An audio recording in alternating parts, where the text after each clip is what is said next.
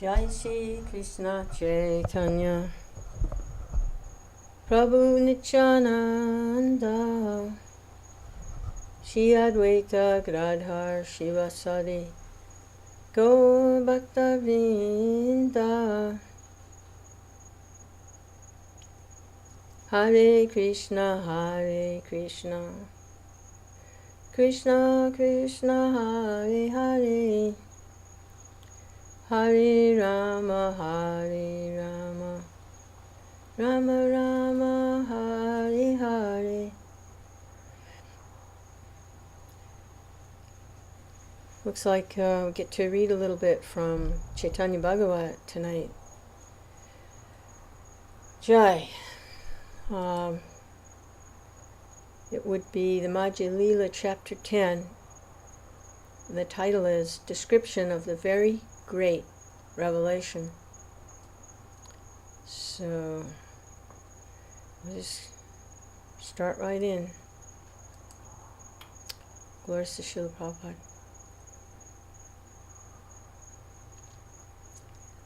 Lord Chaitanya, who is a treasure house of transcendental virtues, is my very true friend. Glory, glory to Lord Chaitanya. Glory, glory to Lord Nityananda, the Supreme Lord who has no beginning. In this way, Lord Chaitanya gave a boon to Sridhar. Then, rocking his head from side to side, Lord Chaitanya called out, Nara, Nara, Nara. Lord Chaitanya said, Acharya, ask for a boon. What I prayed for I have attained, Advaita Acharya replied. Then Lord Chaitanya roared. No one has the power to describe his roar. In this way, Lord Chaitanya manifested his glories and opulences. Gadadhar brought betel nuts, and Lord Chaitanya chewed them. Lord Yananda, who is Ananta Sesh, the holder of the earth, held a parasol. Advaita and the great devotees stood before the Lord. Lord Chaitanya commanded Murari, Look at my form. Murari looked and saw Lord Ramachandra manifested before his eyes. He saw Lord Chaitanya was now dark like durva grass. Lord Chaitanya held a bow and sat in a Virasan posture. Murari saw Sita and Lakshman on the Lord's left and right. From the four directions, the kings of monkeys offered prayers. Seeing that he also had become a monkey, the physician Murari fainted. Unconscious, Murari fell to the ground. In this way he fell into Lord Chaitanya's trap. Lord Chaitanya called out, O monkey, you have forgotten how the thief that kidnapped Sita set you on fire. Then you set fire to his city and destroyed his dynasty. I am that same Lord. Now I give you the power to remember all this. Rise, rise, Murari. You are my very life. I am Ramachandra. You are Hanuman. Look at Lakshman, who is like your life and soul, carrying the Gandhamadana mountain. You saved his life. Bow down before Sita's feet. Seeing her torment, you wept a shoreless ocean of tears. With these words of Lord Chaitanya, Murari Gupta regained consciousness. Seeing all this, everyone there wept with love. By hearing Murari Gupta's story, even dry sticks began to weep. All the devotees melted into tears. Lord Chaitanya said to Murari, Ask for a boon, whatever you wish. Murari said, Lord, I do not want anything. Lord, please give me the boon that I will always sing your glories. Lord, please do not place me in any birth while I forget you. Birth after birth, please allow me to live among your devotees, who know that you are the master and they are your servants. You are the master and I am your servant. It is not otherwise. O Lord, please make these words true. Please do not throw me away. Whenever you descend to this world with your associates, please allow me to come and be your servant. Then the Lord said, Good, good, I grant that boon. At that moment, a great, great sound of Jai arose. All the Vaishnavas loved Murari. Murari was kind to everyone. That was his nature. Wherever Murari goes, that place becomes a holy place. It becomes like Sri Vaikuntha. Who has the power to describe Murari's glories? Every time he descends to this world, the Supreme Lord becomes Murari's dear friend. Lord Chaitanya said, "Everyone, please listen. Whoever criticizes Murari will not be purified by millions of baths in the Ganga. Neither the Ganga nor the holy name of Lord Hari will remove his sin." The Supreme Personality of Godhead, Lord Murari, secretly, Gupta sits in his heart. Therefore his name, Murari Gupta, is supremely appropriate. Seeing the Lord's mercy to Murari, the devotee called out Krishna and wept with love. Anyone who hears how Lord Chaitanya gave mercy to Murari Gupta will attain pure love and devotion to the Lord. Murari and Sridhar fell down before the Lord and wept, again and again, roaring like thunder. Lord Chaitanya chewed betel nuts. Then Lord Chaitanya was merciful to Haridas. "Look at me, Haridas," he called out. "Your body is better than my body. Your birth is more exalted than my birth. My heart broke to think of how the sinful Muslims tortured you.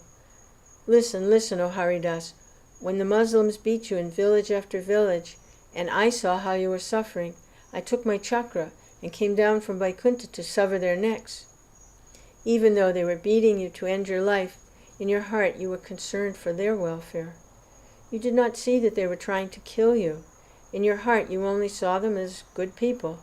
Because you saw them as good people, I had no power to act against them. My chakra became powerless. Because of your desire, I could not kill them. Seeing how they were ferociously beating you, I fell on your back. The blows meant for you, I took on my body. The marks are still there, I do not lie.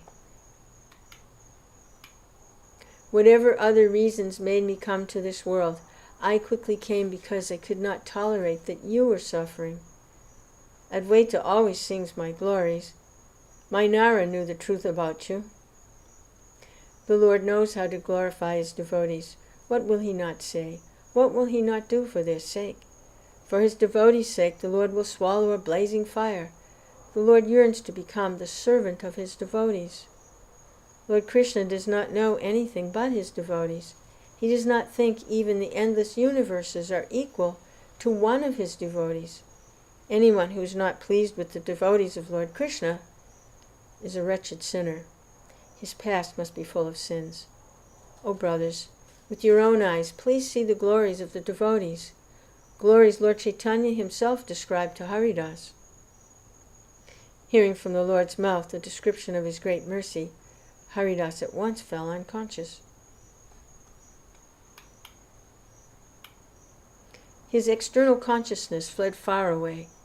Haridas rested on the ground. He was plunged in bliss. He did not breathe for even a half a sesame seed of time. Then the Lord said, "Rise, rise, O my Haridas, fulfilling your desire, gaze at my powers and opulences." With the Lord's words, Haridas regained external consciousness. Gazing at the Lord's form, he wept. He fell to the ground and rolled about in the courtyard. One moment he sighed, another moment he fainted. Great ecstasy filled Haridas's body. Although Lord Chaitanya tried to pacify him, Haridas would not be pacified. Haridas said, "O Father Vishvambar, O Master, O Lord of the universes, please be merciful to this sinner. I fall down before you. I have no good qualities. I'm lowly and degraded. I'm outside Varnashram. O Lord, how can I describe your pastimes and glories? By seeing me one becomes sinful. By touching me one must bathe. O Lord, how can I describe your glories? This truth you have spoken with your own mouth. You will never abandon a person who remembers your feet, even if he is like a worm or an insect. However, you push down even a great king if he does not remember your feet. With these words you do not describe me, for I never remember you. You protect even the most fallen person who remembers you. In the middle of the assembly, the sinners Duryodhana and Dushashan tried to disrobe Draupadi. In that dangerous situation, she remembered you. Because she remembered you, you entered her garments. Because she remembered you, her garments became limitless. The full-hearted people could not understand how this all happened. One day some witches surrounded Goddess Parvati and tried to eat her.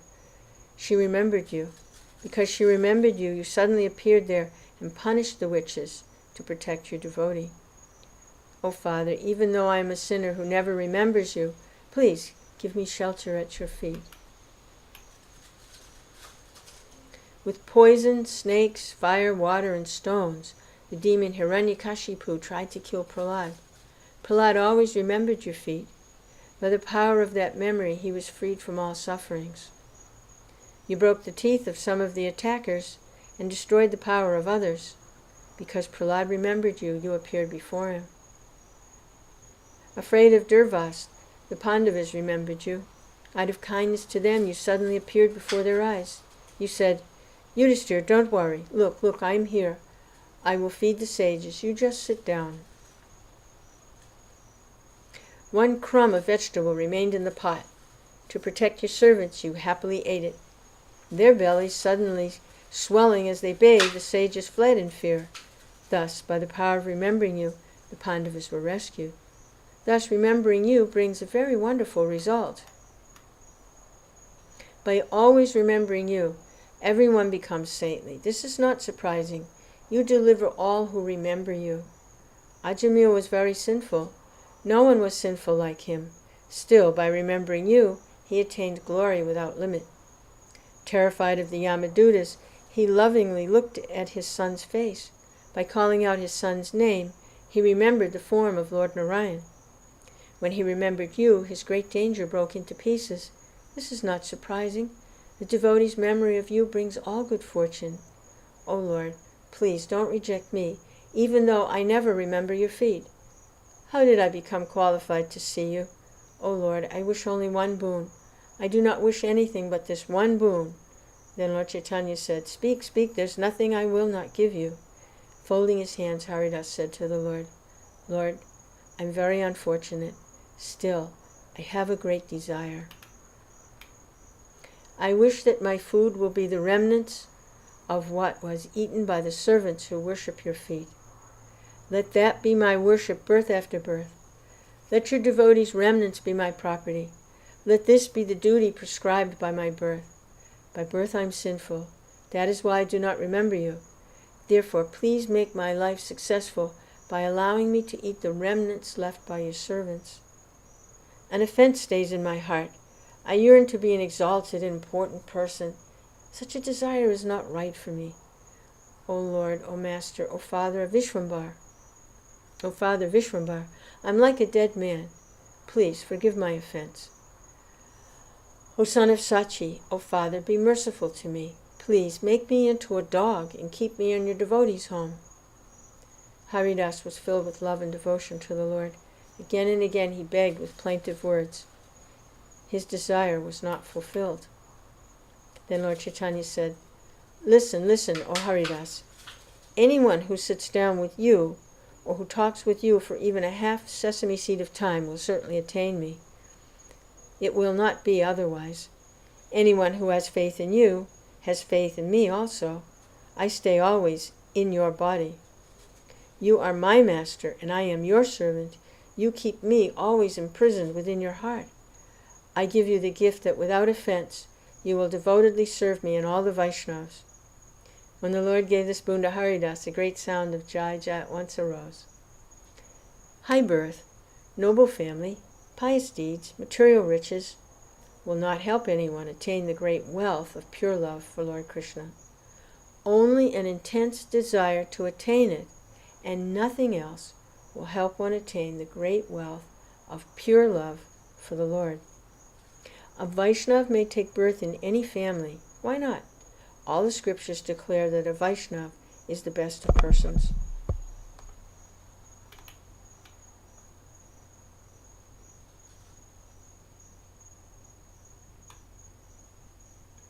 The evidence of this is Haridas, who was born in a Muslim family.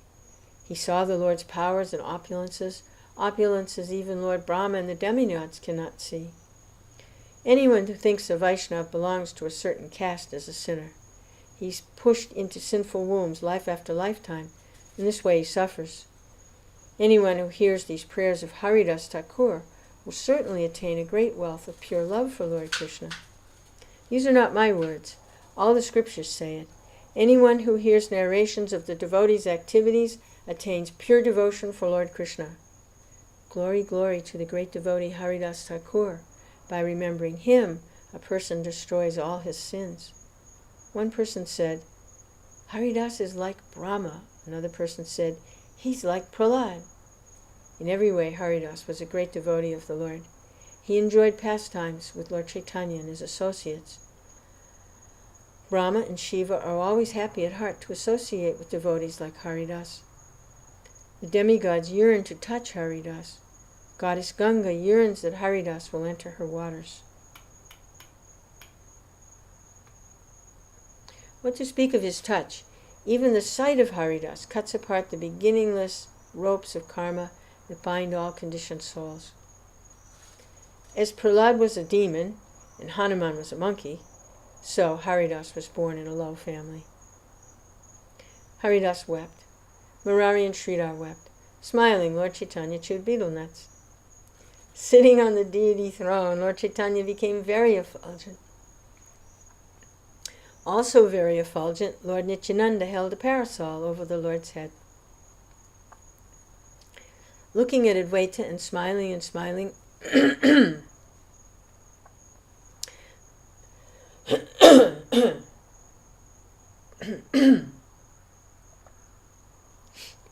Lord Chaitanya revealed the thoughts in his heart. He said, Listen, O Acharya. One night I fed you. Does the memory of that waken in your heart? At that time I had not yet descended to this world, and you were struggling with a limitless effort to bring me here. Reading and lecturing on Bhagavata, you interpreted everything only in terms of devotional service. Who was qualified to understand your explanations? One day you found a verse that you could not explain in terms of devotional service. You did not find fault with the verse. You renounced eating. Unhappy, you lay down to rest, and you were fasting. Then I came and appeared before you. When you fast, then I must fast also. When you feed me, then I eat. I cannot tolerate that you feel even a half sesame seed worth of suffering. As you slept, I spoke to you in your dream. I said, Rise, rise, Acharya. Listen to the meaning of that verse. You should know the meaning of that passage without doubt. Rise, eat, don't fast. I will reveal the meaning to you. Happily rise and eat. In a dream, I will tell you the meaning. Whenever Advaita had a doubt about a certain passage, the Lord appeared before his eyes in a dream and explained the true meaning. Now the Lord reminded Advaita of the specific nights, specific dreams, and specific passages involved. The glory of Advaita's devotion is very, very great. How can I describe the limit of his devotion's power? The Lord said, I explained to you all the passages but one. Now I will explain that last passage to you. Fools interpret the passage, Sarvata Panipadas taught, in a way to agree with the ideas of their own sampradaya. They have shaken away the true meaning of these words. Now, rejecting all duplicity, I tell you these words should be read as Sarvatra Panipadas tat. This is how to interpret these words of Bhagavad Gita. Sarvata Panipadas tat, Sarvato Shishiro Mukham, Sarvata Shrutimaloke, Sarvam Avricha Tishtati. Everywhere are his hands and legs, his eyes and faces. He hears everything. In this way, the Supersoul exists. Thus I have explained to you the secret meaning of this passage.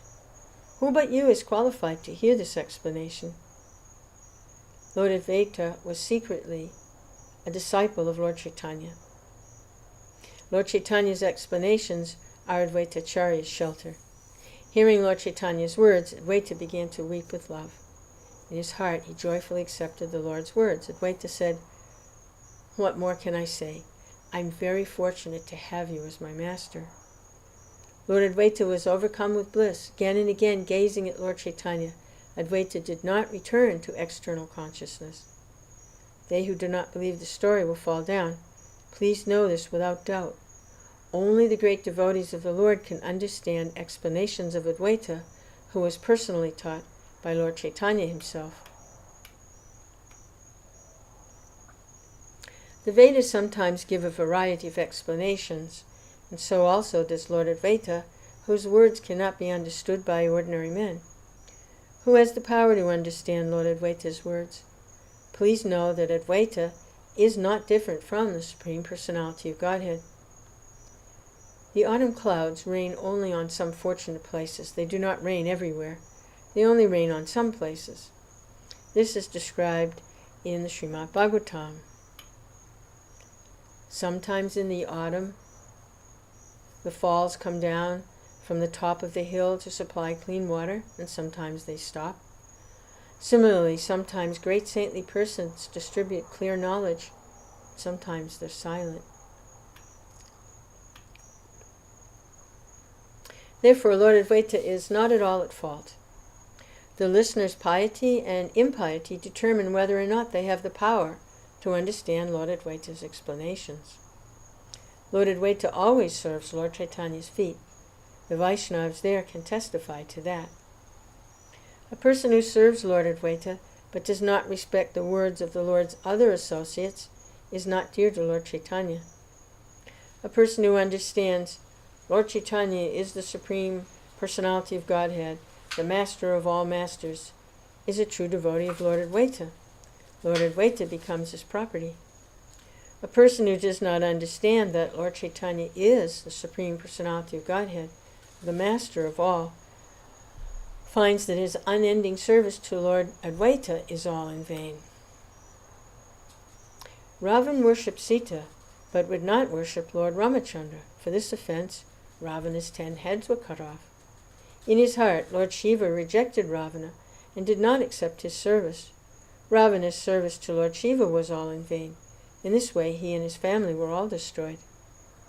But Shiva does not reveal whether he's pleased or displeased with his servant.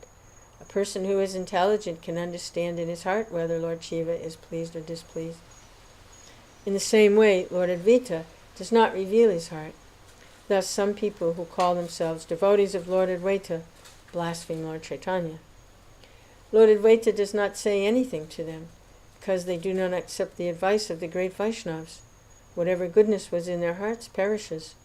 These persons cannot understand the glory of Lord Chaitanya, who mercifully gave all perfections to Lord Advaita.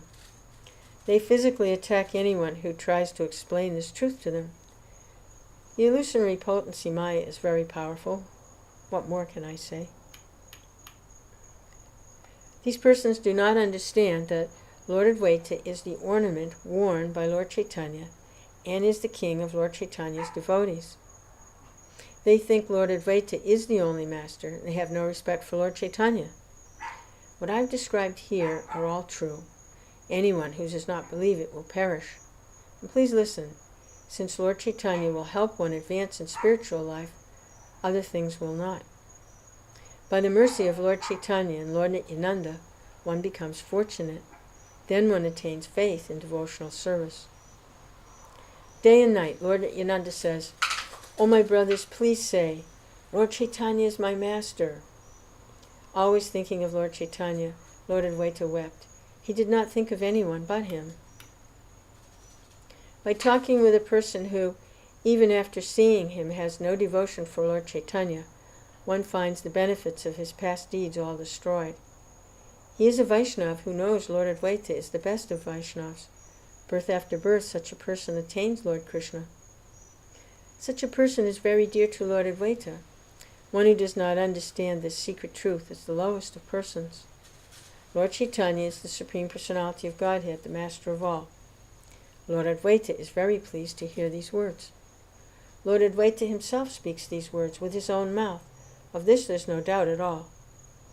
To Advaita, Lord Chaitanya revealed the true meaning of Bhagavad Gita, and then closed the doors to others. Raising his graceful arms, Lord Chaitanya declared, "Everyone look at me. Everyone ask a boon."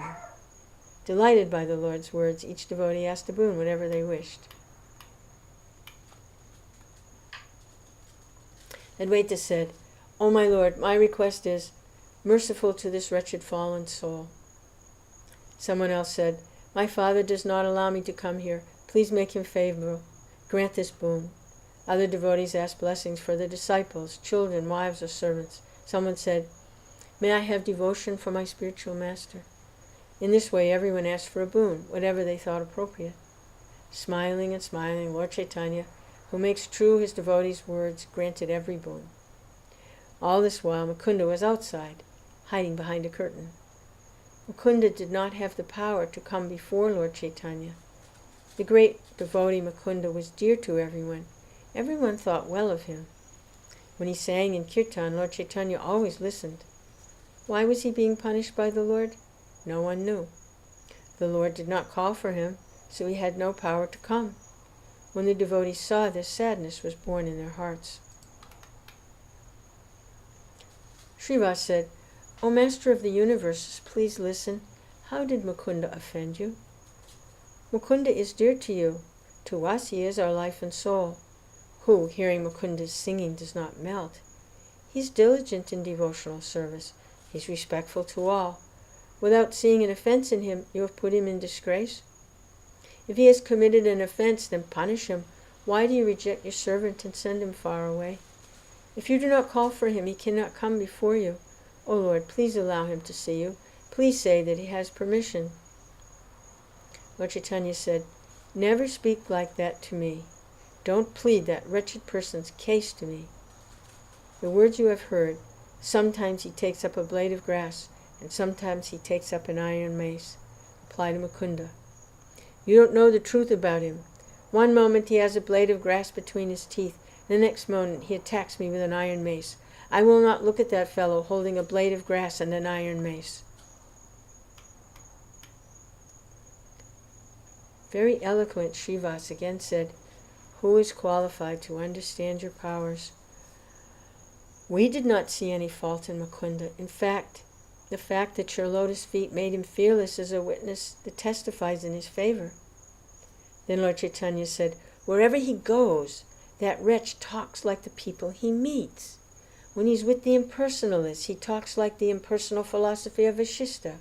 When he's with devotees, he places a blade of grass between his teeth and he sings and dances. When he's with people of other sampradayas, he does not glorify devotional service. In this way, again and again, he attacks me with an iron mace. He's committed an offense to devotional service, therefore he cannot see me." Staying outside, Mukunda heard everything.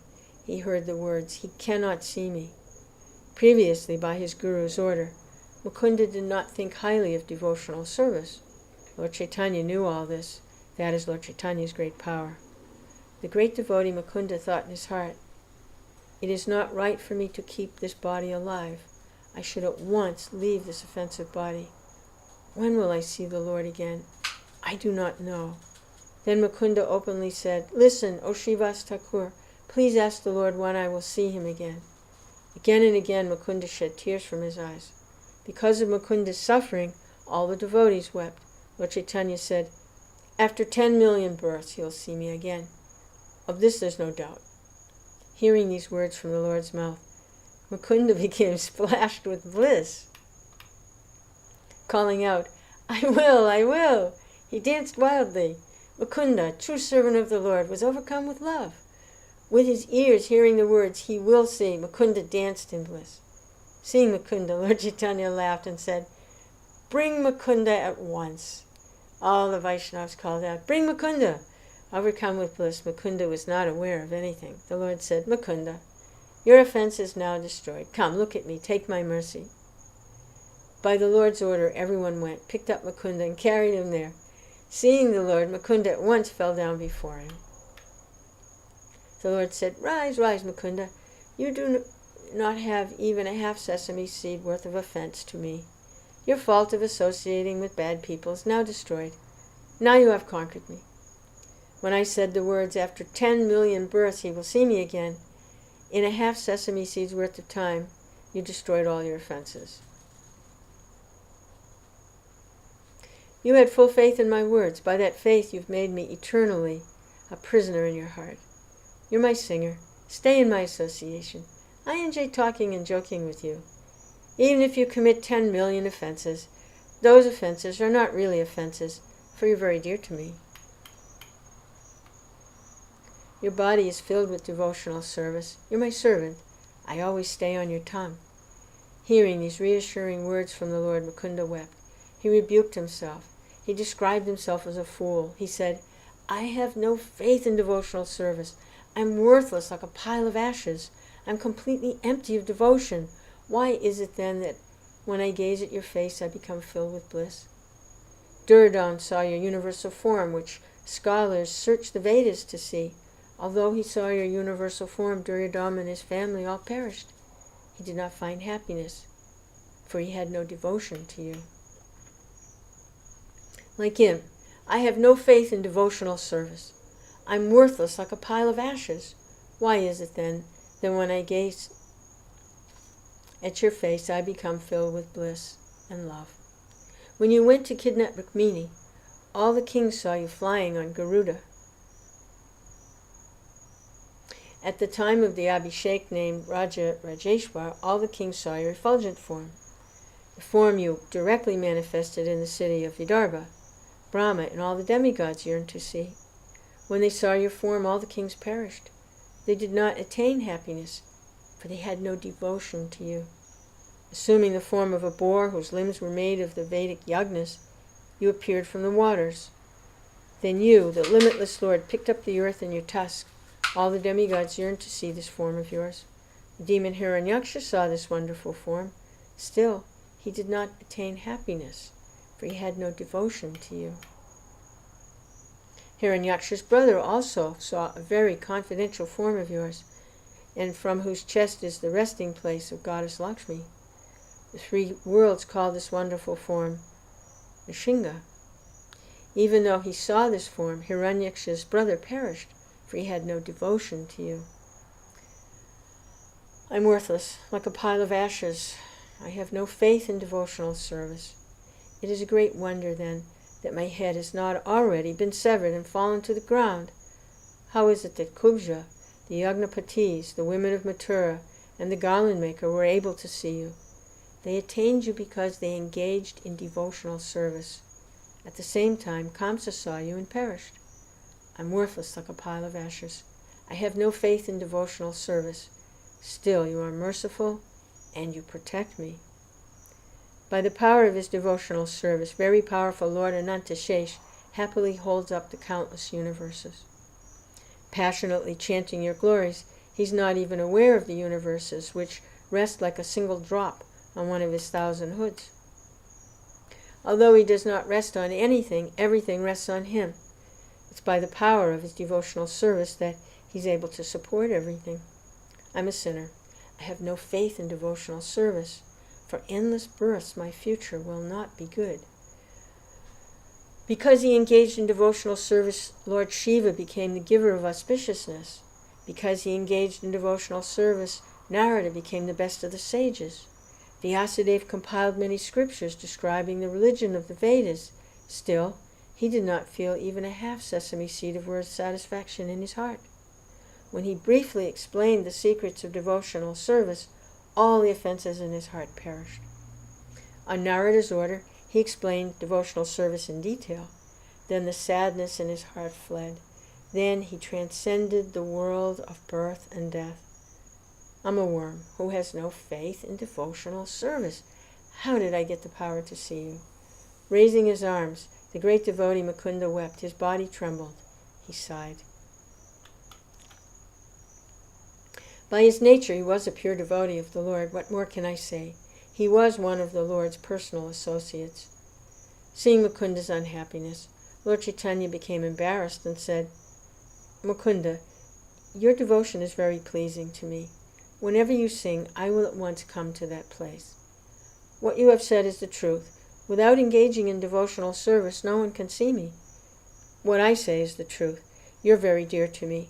Who has the power to destroy what I have spoken through the Veda's mouth and pious deeds about returning to the spiritual world? Only I have the power to these rules, only I. I place the truth in your mouth. No action is auspicious if it is not devotional service to me. When someone has no faith in devotional service, it brings pain to my heart. My pain destroys any happiness that they might feel by seeing me. A washerman saw me. I even asked something of him, but he was cheated, for he had no love for me.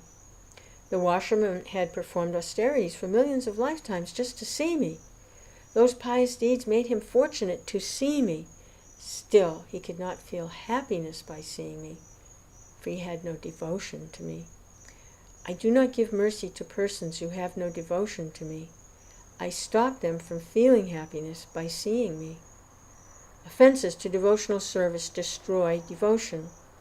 When devotion is absent, one has no power to reap the true result that comes from seeing me. What you have spoken are actually all my words. Why should any other words enter your mouth? This I tell you, I will distribute pure devotional service. I will place pure devotion and love in the words that come from your throat. Look, when they hear your songs, the circle of Vaishnavas will melt. You're very dear to me. In the same way, you will be dear to all the great devotees. Whenever I descend to this world, you will be my singer. A great sound of Jai Jai arose when Lord Chaitanya gave this boon to Mukunda. There were sounds of Hari Bol, Jai Jagannath. Folding his hands, Mukunda said, Hari. Anyone who hears these prayers of Mukunda will sing with him. These topics of Lord Chaitanya are hidden even from the Vedas. Only very intelligent persons can understand them. Fools cannot. Anyone who feels happiness by hearing these narrations will certainly meet Lord Chaitanya face to face. In this way, everyone in the circle of devotees offered prayers, and everyone received a boon. Srivas Pandit was very kind and generous. That is why these pastimes were manifest in his home. The Lord manifested the forms of his different incarnations. Thus, each devotee saw the form of the incarnation he yearned to see. In this way, I've described how Lord Chaitanya happily revealed his great, great powers and opulences. Day after day, Lord Chaitanya's servants and their wives saw the Lord's revelation of his powers and glories. Anyone who becomes a sincere servant of the Lord can see all these pastimes. How many ascetics, sannyasis, philosophers, and yogis stayed in Navadvip? They spent all their time studying Bhagavad Gita and Srimad Bhagavatam. Some gave lectures, but none of them knew what was the true religion. Some never accepted any gift from anyone. Some from their very childhood made their bodies wither and dry up with useless austerities. Falsely proud, none of them could see that the happiness of Vaikuntha had now come to this world.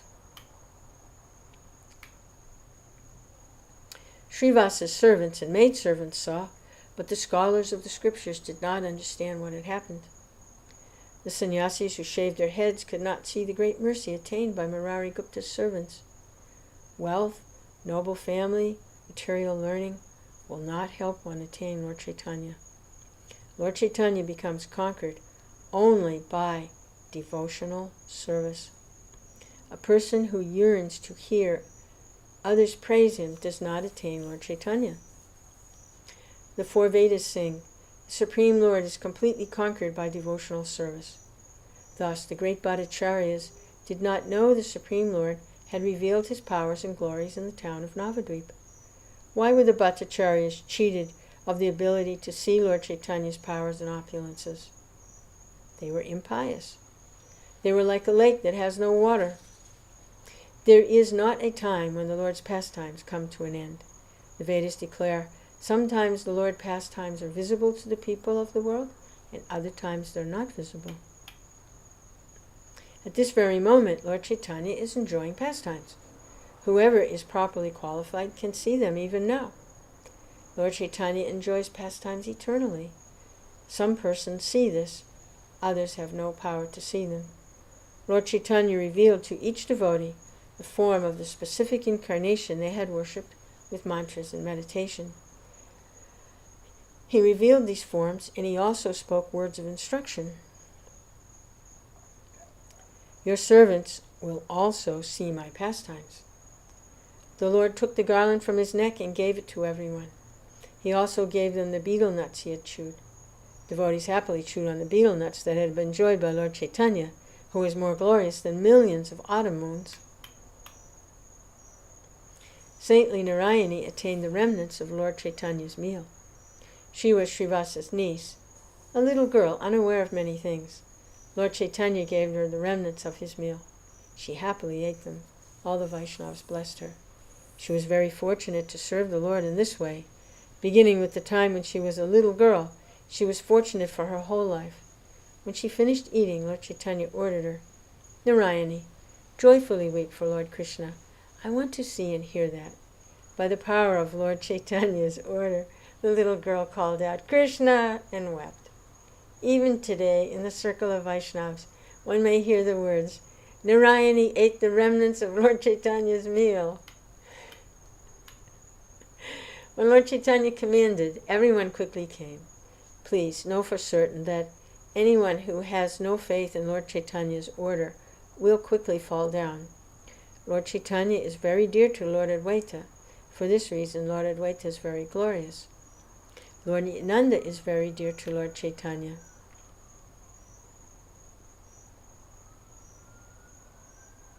For this reason, the four Vedas sing Lord Nityananda's glories. If one does not think, I am a devotee of Lord Chaitanya, then, even though he may be served by many others, he's no better than a piece of straw. Lord Nityananda would say, I am a servant of Lord Chaitanya. At no time of day or night did he ever manifest himself as the master. By his mercy one pleases Lord Chaitanya. One who worships Lord Nityananda will never know calamity. Lord Chaitanya is my master. This I always think in my heart. Lord Chaitanya, please give me shelter at the feet of Lord Nityananda, who is Anantashesh, the maintainer of the worlds. Out of love for Lord Balaram, I sing the glories of Lord Chaitanya. Lord Balaram brings auspiciousness to the whole world. Lord Nityananda never thinks that he is not the servant of Lord Chaitanya. Lord Nityananda gives the gift of service to Lord Chaitanya. By Lord Nityananda's mercy, one can know the truth of Lord Chaitanya. By Lord Nityananda's mercy, one can know the truth of devotional service.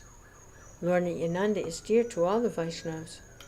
All the Vaishnavas are devoted to Lord Nityananda. If anyone offends Lord Nityananda, then Lord Chaitanya himself says, this person must go. The demigods, yogis, and Vaishnavas, and even Lord Shiva himself cannot find the end of Lord Nityananda's glories. A person who never blasphemes anyone and who chants Krishna, Krishna, easily conquers Lord Chaitanya, who is never conquered by anyone. All the scriptures declare, a person who blasphemes others will not attain the Lord. Srimad Bhagavatam teaches that one should respect everyone. The narrations of this Madhya-Khanda are like nectar, but the materialists and offenders think they are like bitter nimba juice. A person who has jaundice thinks sugar tastes like bitter nimba. Because of his misfortune, he cannot taste the sweetness of sugar. In the same way, because of their past impious deeds, the materialists and offenders do not feel happiness when they hear of Lord Chaitanya's blissful glories. Please know that if even a sannyasi does not offer respect to Lord Chaitanya, then that demon sannyasi will be blind, birth after birth. But if even a lowly creature like a bird speaks Lord Chaitanya's name, then the bird will in truth go to Lord Chaitanya's spiritual abode. All glory to you, O Lord Chaitanya, O life of Lord Nityananda. O Lord Chaitanya, please make Lord Nityananda the great treasure of my life. O Lord Chaitanya, I offer my respectful obeisances to your personal associates with whom you enjoyed so many pastimes. The two moons, Sri Krishna Chaitanya, Sri Nityananda, are my life and soul. I, Vrndavana, sing the glories of their feet.